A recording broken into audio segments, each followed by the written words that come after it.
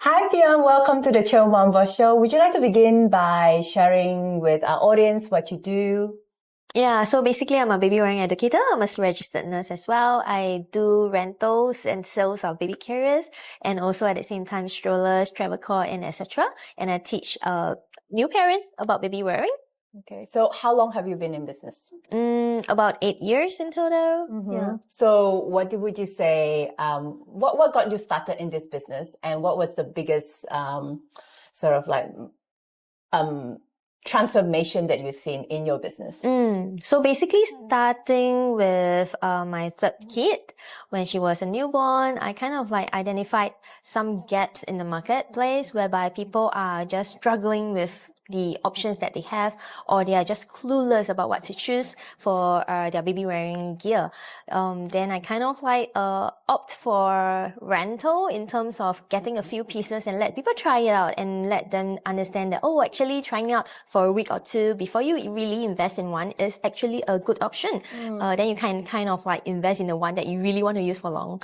Yeah, so then I started out like that and I add on more pieces as time passed by, and I start to do rental by a specific weekly basis, and people enjoyed it, and then they find that this service actually helps them with decision making and not waste a lot of money buying many pieces and then find out that they don't really fit me anyway. So I moved on to rental after that. When I have bigger space in my home, I kind of like opted into add on like strollers, travel items and all.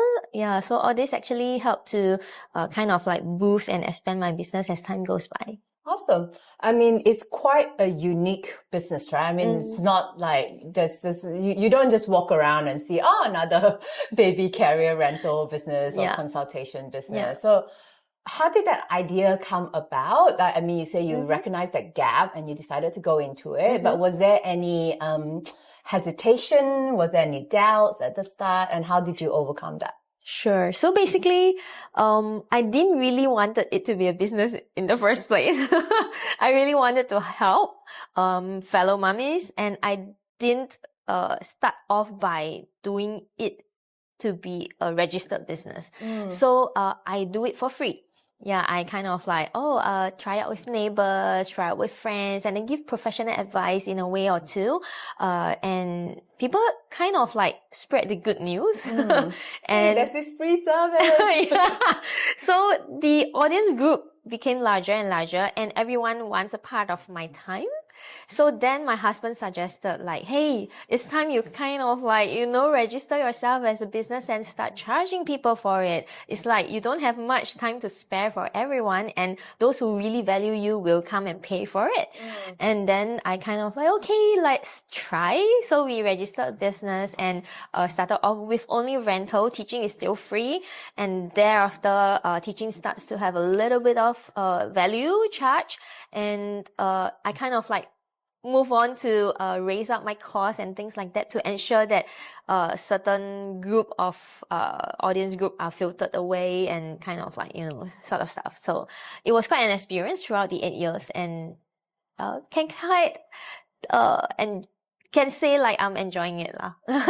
But would you say that is a smooth sailing journey? No, definitely not. Because when I have my business, I was still doing my full-time job. Yeah, and slowly I converted to part-time, and currently now I quit my job entirely. Yeah, so initially it was quite tough because I have to manage my family of 3 kids that time, as well Now as 4. now Now 4. 4 kids. So it was difficult because I have to manage like work. I have to manage business, like different aspect of business, the baby wearing part, the rental part, the cleaning part, and, the liaising with inquiries and everything. As a one-man show, it's quite draining, yeah. And also at the same time, the different needs of the different ages of kid in my home and the cleanliness of the home and etc. etc. So it's quite demanding. So that also pushes me to actually let go of one aspect of my life, which is the main job of mine as a nurse, before I move on to be a full-time entrepreneur. Okay. Was it hard, like saying, that mental switch of letting go of your full-time job to go into the business full-time?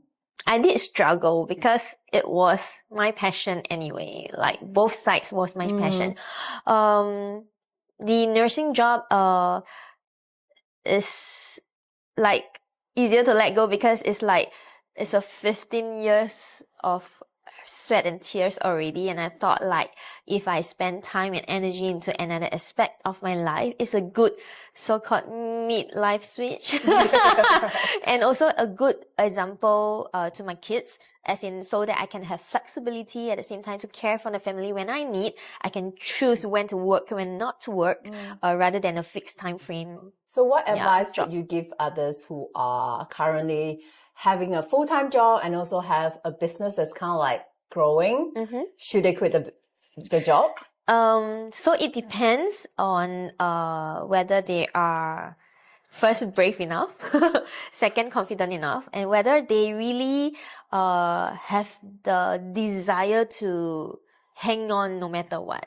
Like if you never know, in business it fluctuates, right? And things may fail, things may succeed, things may kind of like stay stagnant, and you are like, okay. So people have bonus, people have pay rise. Like, where's mine? Yeah. So in business, it's quite tough to gauge this, and you have to know what is really important in your life. So if your priority is still family, I would say the business might suit you more.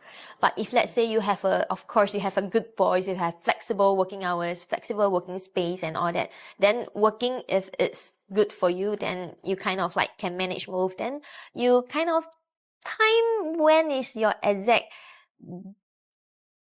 moment to move out. Yeah, so last year end was my exact moment to move out, and I feel total peace with that. So yeah, I guess because you were juggling both for the longest time, right?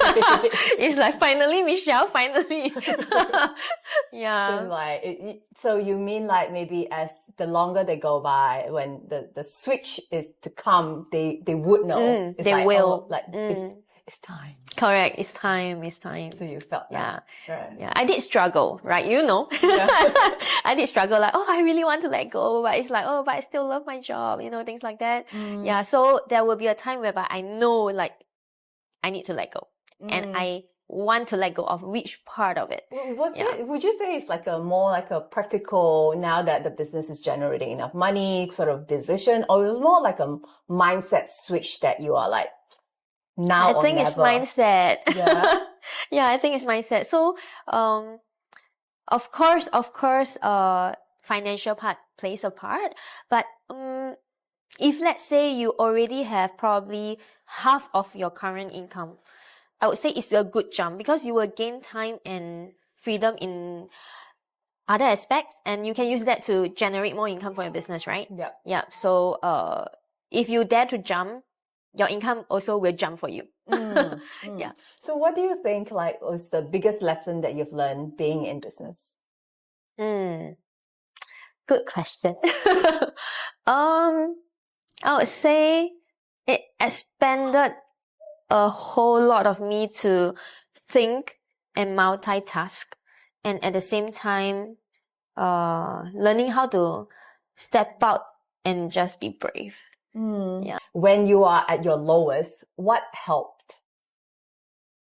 In this business, I felt like, of course, a mentor helps.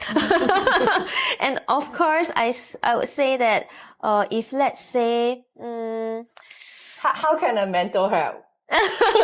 So, like, sometimes one brain cannot function in a way whereby you know everything, and your exposure, especially if you are a new business owner, you won't have the exposure of perhaps like marketing, perhaps like how to do a landing page or things like that. It's like if you have a mentor with you, I felt like you feel assured that you have someone to reach out to, and you know that someone experienced and someone who is willing to open their arms for you is a very good thing. So it's like how I do baby wearing and giving other lifetime support. So when parents kind of like, no, I buy this from you, but if they buy from a retail shop, they kind of like, I can't approach anyone else if let's say I have any problem, or professionally how to sit the child well and etc.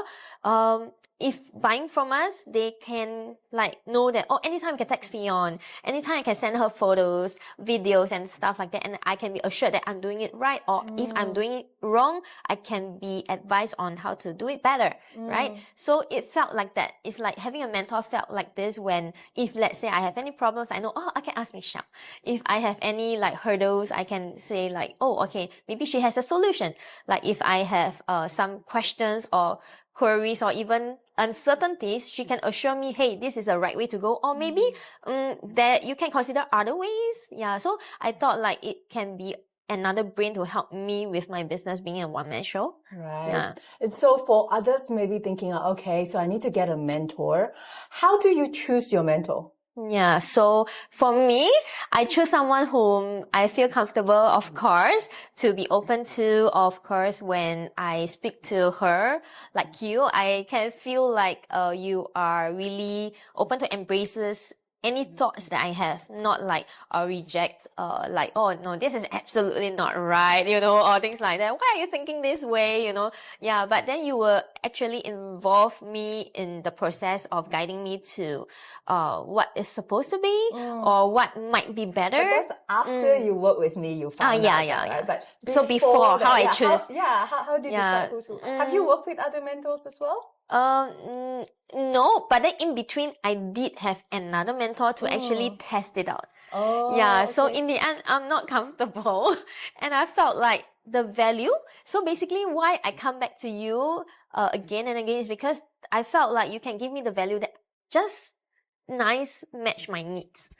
Yeah, so I felt you are someone who really can provide value, and not because of your random thoughts, but because of experience, and also at the same time you really make effort to learn as we learn.